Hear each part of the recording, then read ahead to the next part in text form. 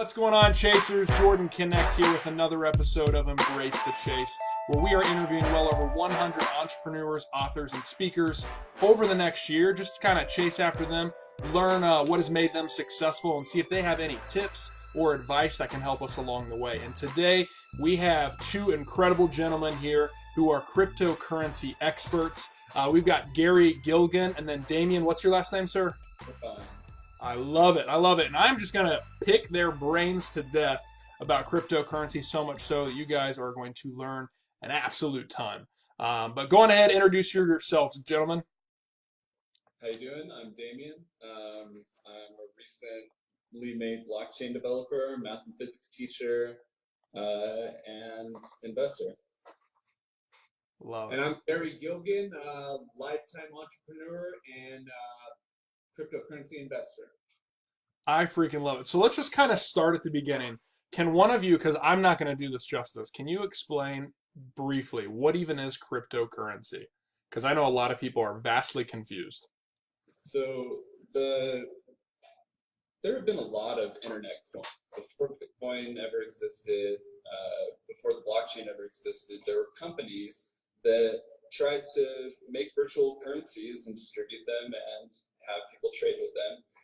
And as you might expect, the United States and other powers of the world didn't really like that very much. And they, for instance, the United States has shut down a lot of those businesses with licensing laws. And it's kind of, you cut off the head of the snake and the whole currency dies. And if the business dies, the currency dies. The revolution of the blockchain, the distributed ledger, which we share consensus on, takes the ownership of the network of currency and distributes it. And in that way, it can't be shut down by anything. And a lot of countries around the world are actually making statements saying that you can't confiscate anybody's coins, that there's no reason to even try to destroy crypto or regulate it even, maybe. But we'll see what actually happens. I like it. So then you're talking about blockchain.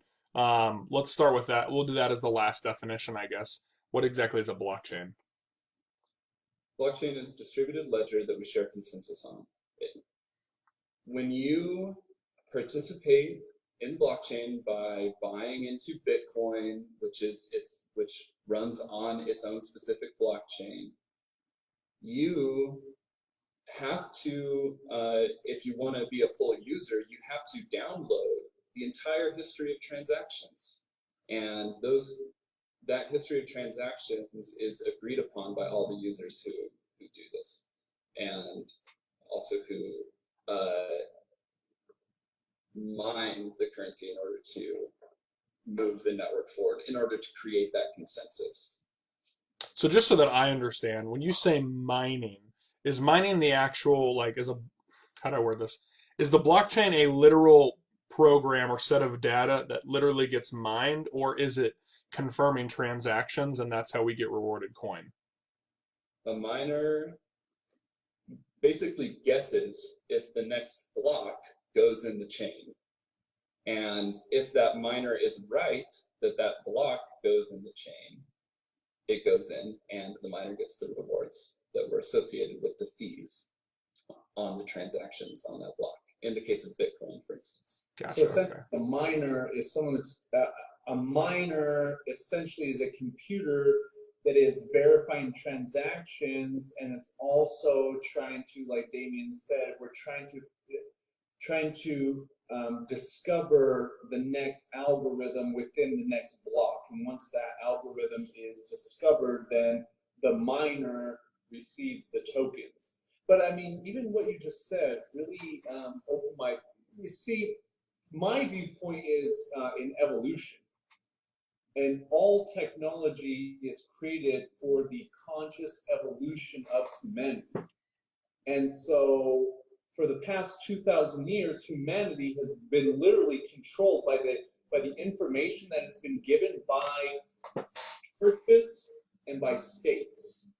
So by governments, by churches. Because, 2,000 years ago, 99.9% of the people on the planet did not know how to read. So all the information that they got about the world around them came to them from the church and from the king. And so what we've done is we've gone through this timeline of humanity and evolution. And so then you have Guggenheim, which created the printing press, which was technology that started to decentralize information. So if I had a opposing view of what the church was saying, I can now create a book, and I could spread that book out, and I could start reprogramming the masses to start questioning the information that they were getting.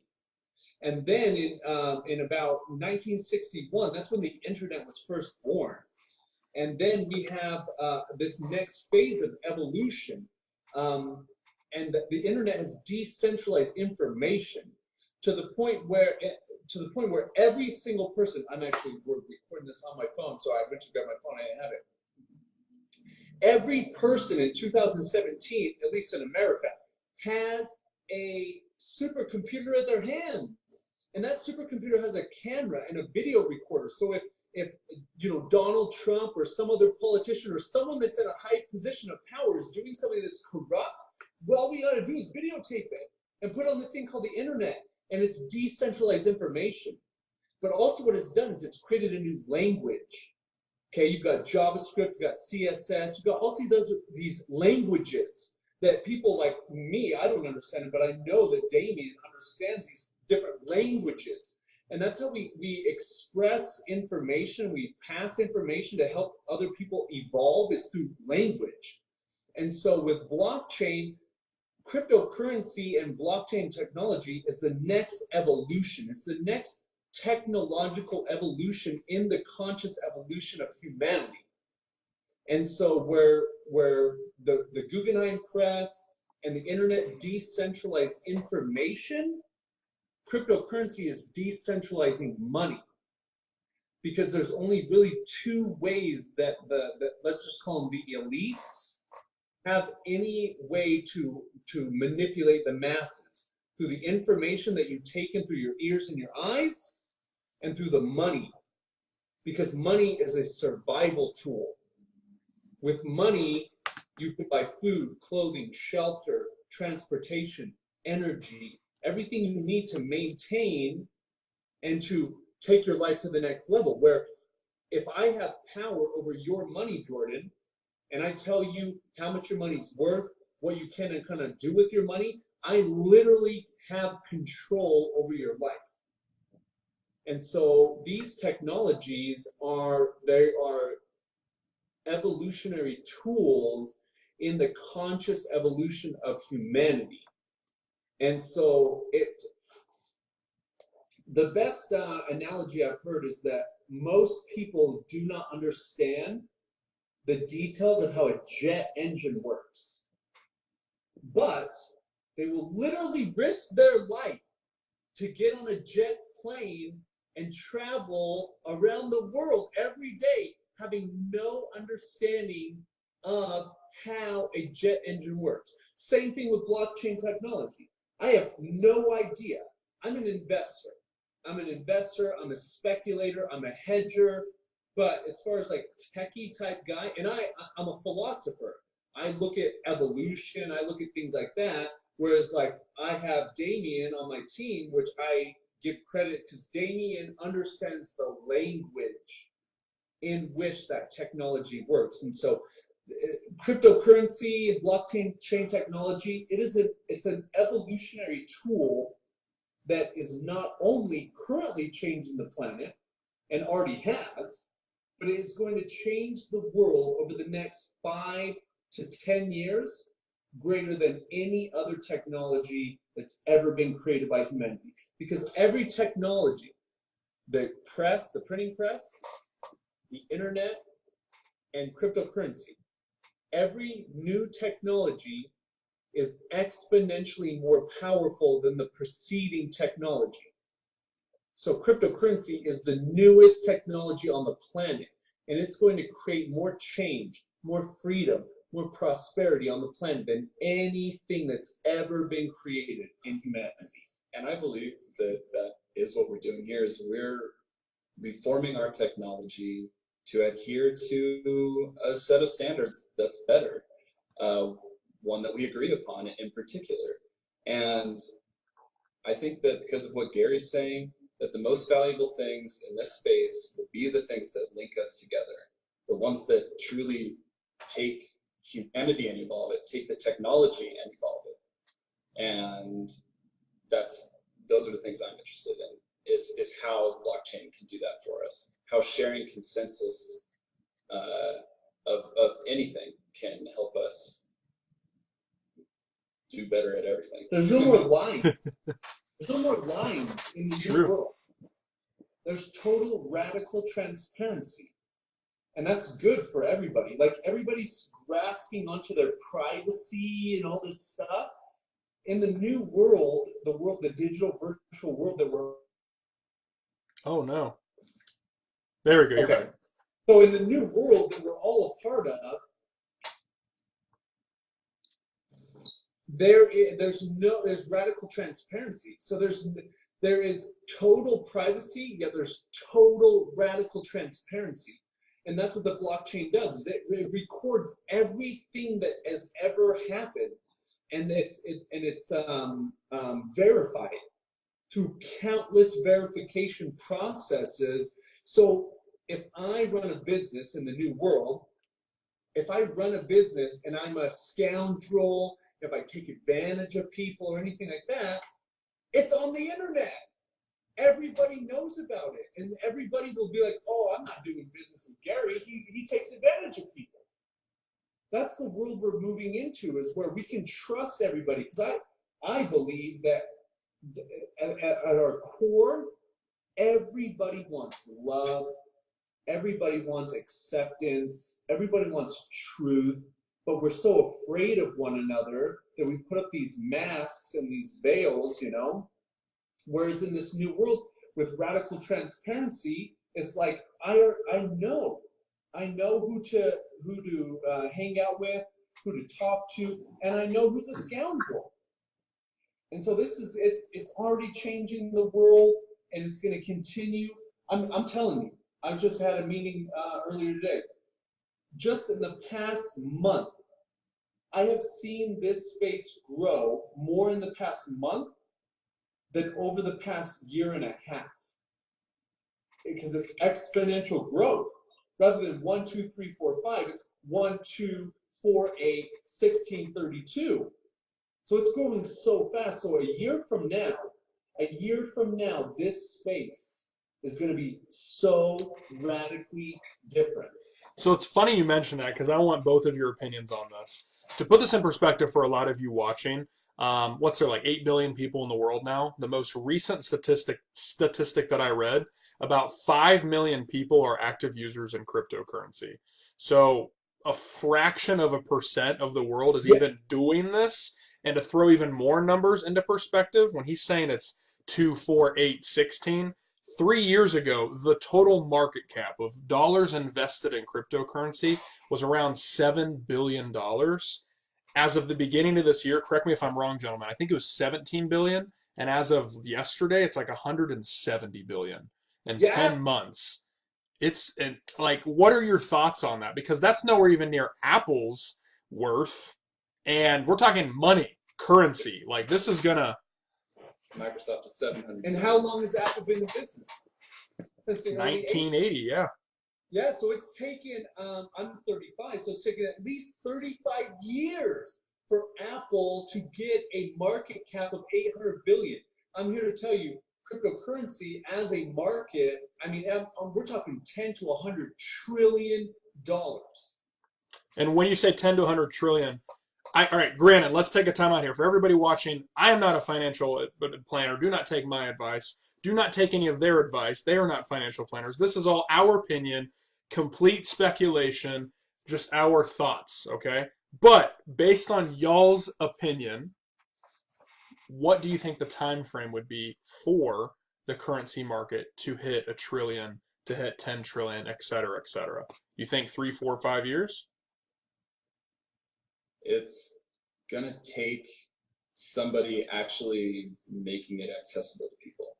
So would you say Yeah. Electroneum's going to do that with their 2.2 billion focus One step on mobile is users? one section. I think most people get really excited about cryptocurrency because they see like what I can trade, currencies, I can trade stocks or whatever on my phone, like, which they probably could have done before anyway. But it's that idea that, oh, now I can access this, that will cause mass adoption.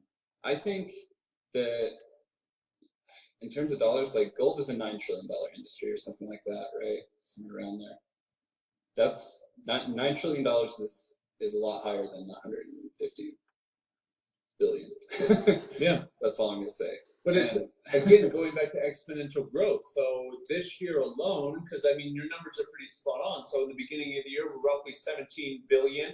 And right now today, yeah, we're about $170 billion. So that is, that's a huge, factor of growth. So I think I, from my predictions, and again, I'm definitely not here to give any sort of financial advice, but my predictions are pretty good. A year ago, I made a prediction that cryptocurrency, Bitcoin specifically, would, because I was a big precious metals investor for 10 years, and I predicted that Bitcoin would surpass gold in price this year, and it's almost doubled it. So I think you've hit the nail on the head, Jordan. I personally, my prediction, again, caveat, is that I think, 3 to 5 years, we're going to be at $1 trillion, and that it's just going to take off, because I have a theory, and I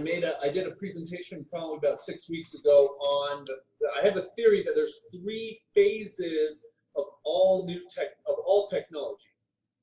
Okay, the first phase is what's called the early adopters. And those are the people that are actually building the technology. Okay, the second phase is mass information. That's where the masses are being informed about the new technology. And phase 3 is where the masses are now adopting the technology and they use it. So I remember even, let's say 10, 11 years ago, having conversations with my dad. My dad, there's no way I would ever use online banking. That's a scam. They're going to get my password. Now everybody uses it. We can't live without it.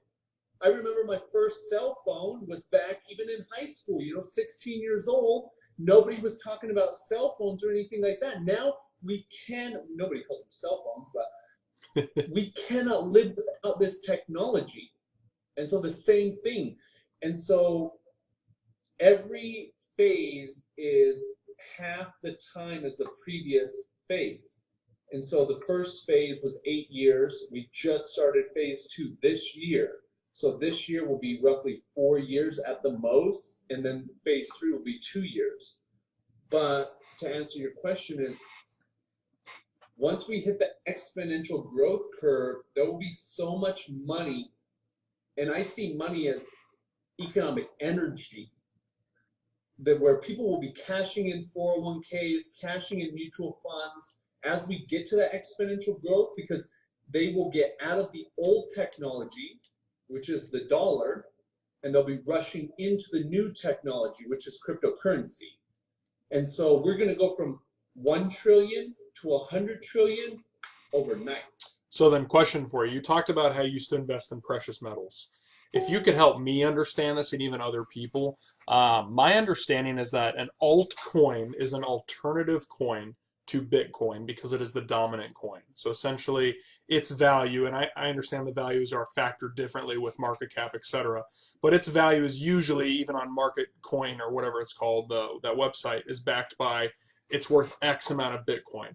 But can you guys somehow quantify for me what is the difference between an altcoin and is Bitcoin more like our gold? Is Ethereum more like our silver? Like, what exactly is the difference with all this? I don't like that word. Alt. Yeah. Well, the important thing, I think, is which coin you have to go through to get that coin. It's like you have to buy Bitcoin to buy a lot of these coins, or you have to buy Ethereum with fiat. So that's kind of what makes them alts, because you can't directly purchase them with fiat. You can't really trade them against fiat, at least not directly. And it also makes it less adopted because apps like Coinbase don't support them. You can't just buy from your phone. You have to actually transfer your Bitcoin to an exchange and then buy the coin, or just transfer it to them, or whatever you have to do. But anyway, it's not a very easy process. It's really not going to be a process that. So would you say an altcoin is like a stock? Would you say an altcoin is more like a stock then? Like if you're trying to like compare it to something? I would say that it's this is the new way of investing. So I use the term units. So if I buy 1 unit of Bitcoin, what I'm doing is I'm actually buying 1 unit of participation in that network or in the underlying technology. Whereas if I buy 1 unit of what's called Vertcoin, okay, I'm just participating in that underlying technology. So it's kind of like, it's a more liquid form of a share in, let's say, Apple, Samsung, anything like that, where they're still liquid, but I would have to call my broker and say, I want to liquidate my position, and then I got to take all this time, and they're probably going to send me a check and just all this freaking BS, for me to liquidate my position. It's ownership is ownership. Mm-hmm. And so with these new projects, these ICOs, what they've done is they've created coins which represent a unit or a share in the underlying technology. Because I think that's where a lot of people get lost, is that it's so much more than money. It's a whole wave of new technology, and you're investing in the technology. And just like we were talking about, any share, I can sell Apple, Samsung, Facebook, any share I own, I can liquidate that position. It's the same thing with crypto, but it's decentralized. So anybody and everyone around the planet, 8 billion people, can freely participate in investing in these projects, in these technologies, and they can liquidate the position just as easily as selling a piece of gold or silver. Well, yeah, when you have stock and you want to liquidate that, you got to find somebody to buy the stock. Just like when you have cryptocurrency, you want to liquidate that, you got to find someone to buy it from you. I see, just like stocks are kind of buying into the community of the company, like you become a shareholder. I see buying coins as becoming part of their network, which is this sovereign entity in the virtual nation space we've created with cryptocurrencies that will be recognized and is currently being recognized by governments around the world. And basically staking your claim in that government, in that coin. So my real estate in that coin, and I hold this position, I hold this land in this coin, basically. So then to seek further clarification on what you're saying, right now there's Spanish dollars, Great Britain has the pound, we have the United States currency. Within our nation, we can trade it for whatever we want. So just so that, I guess from my understanding, if you can dive a little bit deeper in this, I'm going to talk about Electroneum just because it's like Bitcoin right now. It's what a lot of people have heard because it's one of the largest ICOs, but Electroneum is wanting to focus on the gaming space, video gaming. So what you're saying is it's almost like the currency for an industry. And when people buy into that, am I understanding that properly? Like each coin is a specific industry that we decide what it's based for or what it's worth? Well, industries are adopting blockchain technology basically and saying like, hey, there are a lot of benefits to taking this application we have, this project we have, and actually putting it on the blockchain. And I think almost every industry will be either on or influenced by a blockchain soon. I mean, just like every industry is influenced by computers today. When we reform our technology, that technology is And when that technology is ubiquitous, then we're, ubiquitously performing. But yeah, I would say that industries are definitely creating chains to benefit from this whole thing. Let's look at it like this. When a company goes public and they release an IPO, what they're saying is that, hey, we want some funding to further expand our business. But with an IPO, they have to go through a middleman, a broker, the New York Stock Exchange, Goldman Sachs, whoever's actually selling the coins or the shares, I should say. But with this new way, the new world, you can release an ICO. So rather than having any middleman, because that's the thing about decentralization, is that decentralization is getting rid of middlemen. And so rather than going through the strenuous process of an IPO, going through middlemen, I can say, hey, I have this idea. I want to take this idea to the masses. If you're interested in the idea, you can invest in the idea, and in exchange for that, you can buy these units, shares, coins. It's a word they're all synonymous. It's one word that means the same thing, but with cryptocurrency, it's liquidity, that people can spend them just like cash, and that's just phenomenal. I have a question for both of you. Your opinion, again, I'm gonna phrase this properly. Your opinion. We're in the Wild West right now. There are tons of people, ICO here, ICO here, ICO here.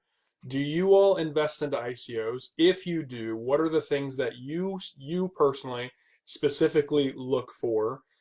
Because I've heard people say, I'm only going to invest in an ICO if it's got a proven team, a rock star team. However, even Bitcoin is anonymous. So what exactly is something that, do you even invest in ICOs, or you stick more towards Bitcoin? For all of my investments, I try to think of why is this technology going to be useful to people, and why are people going to keep buying this past right now? A bunch of us are going to buy the ICO or buy it as soon as it hits exchanges, trying to make money. But the ones that are really going to make money are the ones who buy, and then 10 years from now, 5 years from now, they're holding on to something that truly has valuable to people, that people have been using for that amount of time. So the ICOs that I would invest in are the ones that seem like they're going to be around in 5 years. That's a good point. And even if we look back in time, we see the dot-com bubble. At the peak of the dot-com bubble is a mirror reflection of what's going on right now. The dot-com phase of investing was a new technology, and rather than having ICOs, they had IPOs. And the best example I use is Pets.com. Pets.com had no underlying utilitarian value, but it was valued at, I believe, over $1 billion when it went public. And then at the crash, a lot of the IPOs that had no real utilitarian value went broke. And that's going to happen as we go into phase 3, because you hit the nail on the head, Jordan, is that we're in the Wild West. There's everybody and their grandma has an idea for an ICO, and everybody's releasing a coin, but time will weed out all of the non-valuable coins. That's what we invest in. I think that I can speak for Damien. Our number one value is freedom, and like Damien said, is sovereignty, not only for ourselves but for everybody. Amen. I think that that's like what millennials, that's what they really truly value, is freedom and abundance and sovereignty. And the old world that we used to live in, it's based on greed and corruption and manipulation and secrets and all this type of stuff. that it doesn't resonate with us. And so I believe that we've created this technology so that we can move on, so it can reflect our values.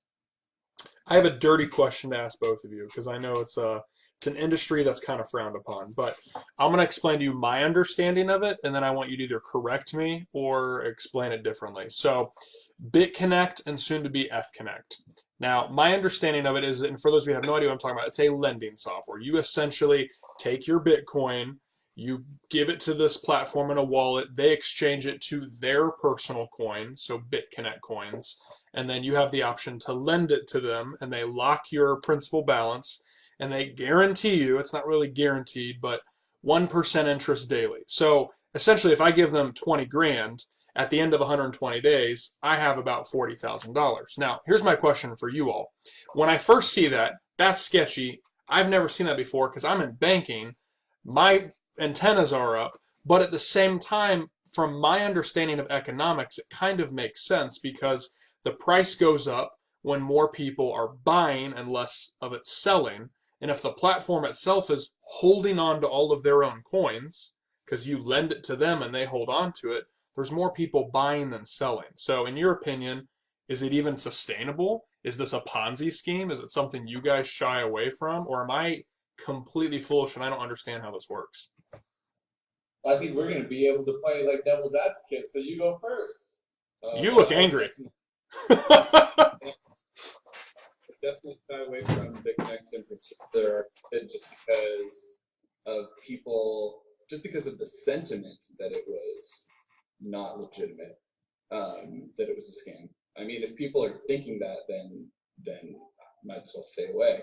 But I think it's an example of how when the internet essentially takes control of the financial system, that we're going to have this explosion of innovation, different ways that people can make money with these lending schemes that, hey, maybe they work for some people and they don't work for some people, or some work and some don't. I'm sure that's the case.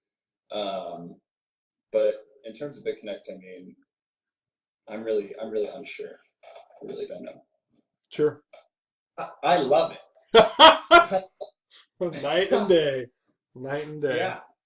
And going off what Damien says, I believe that you said it too, Jordan, is that it makes sense, but it's counterintuitive to the way that we've done things.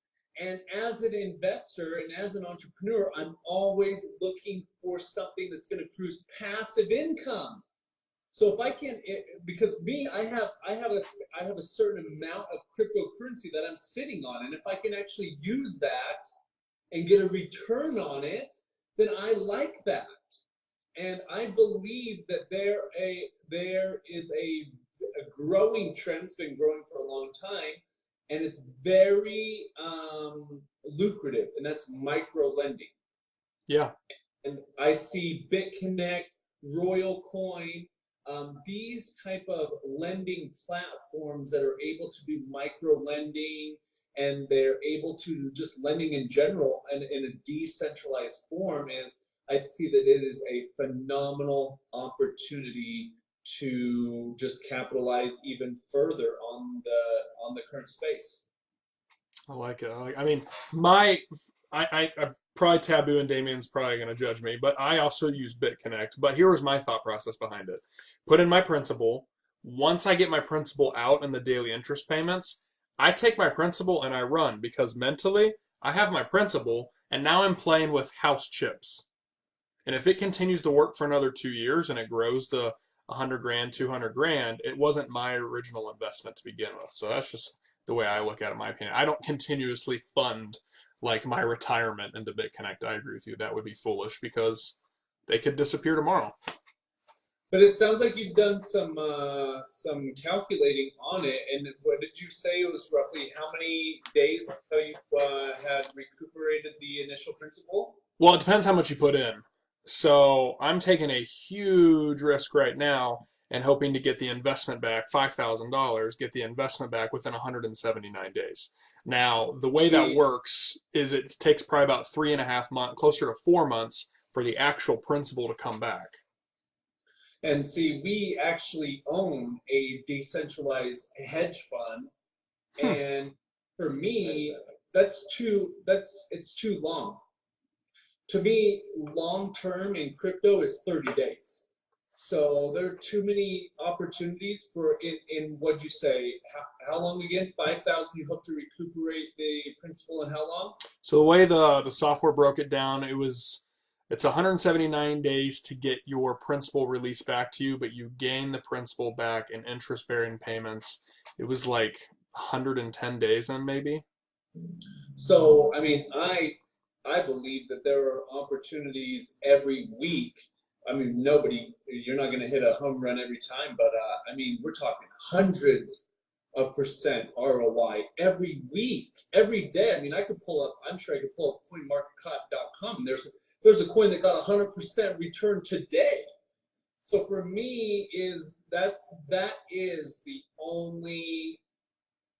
Downside. only I have with these lending platforms is that it takes too long. Because I'm the same way. Whenever I invest in any business, whenever I invest in anything, the first question is, how long is it going to take for me to get my seed money out? And then how long am I planning on have the house chips?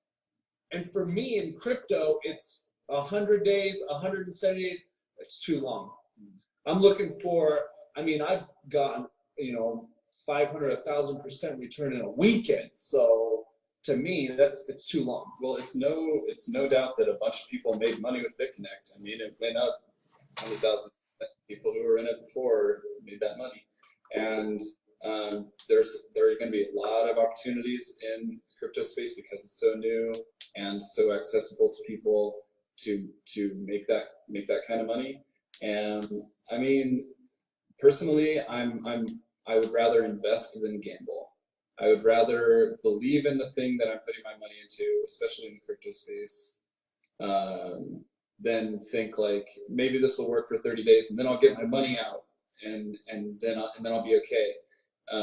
I would rather invest in something that I can see the future of 5 years from now, that it's going to be adopted and it's going to still be around and worthwhile. That makes sense. So then you're more of like, obviously, when you say investing, you mean long term, but you truly do mean long term, not 30, 60 day trying to get your money back and double it. You're more, I believe in this. I know this is going to change an industry. I'm going to hold these coins and potentially.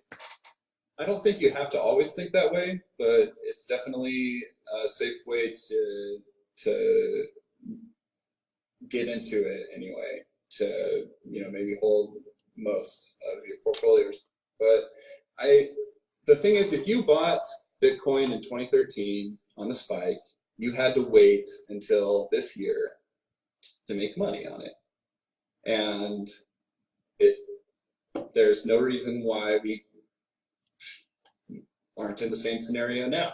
Anyone who buys now, maybe they have to wait a year, 2 years to make money on it. We don't know. But that can happen. And so, yeah, if you think you're confident for 5 years in the future that Bitcoin's still going to be around, that Ethereum's still going to be around, then, those are the safe bets. I think there's too much opportunity in this space to have to take a lot of risk. Like Damien was saying, is as long as you can do your research and you can really discover you're looking for, just like Damien said, you're looking for the projects that are going to change the world long term. The Apple, the Amazon, the eBay, the PayPal. That's what we do. Is we're looking for those long term. That it's paradigm. It's going to change the paradigm of the planet. But in the meantime, we're always looking for like the BitConnects. How can I get 100 to 1,000% return in 30 days while I'm waiting for my long-term plays to mature? So then question for y'all, roughly, and if you don't feel comfortable answering this question, don't, but roughly how much of your portfolio are you holding and believing in what it could potentially become, and how much are you actually investing? And of that you're investing, is it more of, I've studied this one and I feel like it's going to go up and I'm going to sell, or are you using BitConnects, UCI Techs, etc.? Well, when you say investing, I think holding. Okay. Because when you're investing, you're putting faith into the project, and you're holding onto those coins, and those are invested coins. Any coins that you're messing around with, you're trading. That makes And sense. we definitely don't hold everything. I like it. You know, some things, you know, there's a flavor of the week coin every week, flavor of the month coin, and it's up to you to decide whether those are going to be still relevant. But I mean, when the market does this, it's hard when it drops. It's hard not to, you know, take the opportunities. Like, of course you want to do that. Sure. So, I mean, and then sometimes in the crypto space, you end up holding for a long time because, say, you're invested in an ICO and you're 90 days out on making any money in that, you know, that Sure. happens.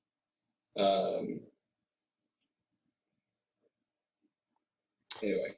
You're good. So we'll pivot right here because I'm a complete fool and I forgot that my recording software, guys, only does 45 minutes. So we're at 39 minutes, 31 seconds. So I'm going to ask you guys one last question, and I would love to have you on the show again, either next week or in a couple weeks, whatever you guys would like to do, because I can talk about this all day. But last question for y'all, 5 minutes and 20 seconds. What's on your guys' mind right now, or on your heart, or really just anything that you want people to know, either about you, about the space, just last thoughts? Just look at where we're at now, compare it to where the rest of technology is at. Like, people talk about the tech bubble, the dot-com boom or whatever bursting, but I encourage you, go look at what the graphs of the valuation of those companies has been since the 80s. Look at it, and you can clearly see that they're at their all-time highs today.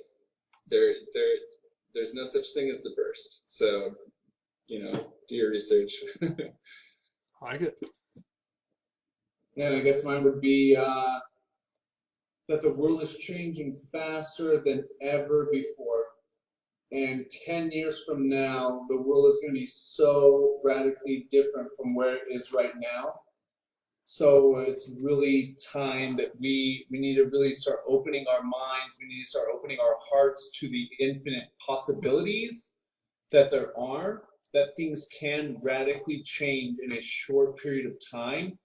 And just to have that faith, to live with just an open mind, an open heart, and just allow things to happen, because you just never know. And the world is going to be so different 10 years from now.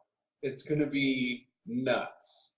It's so true. I mean, what was it? 2008 was when Facebook really became a big thing. It's hard for me to remember life before cell phones and Facebook. Like, so you mean you're hitting it spot on. But gentlemen, I really appreciate you being on and sharing your wealth of knowledge. Like I said, would love to have you guys on again. For all of you, I'm going to link their bios or websites, anything down below.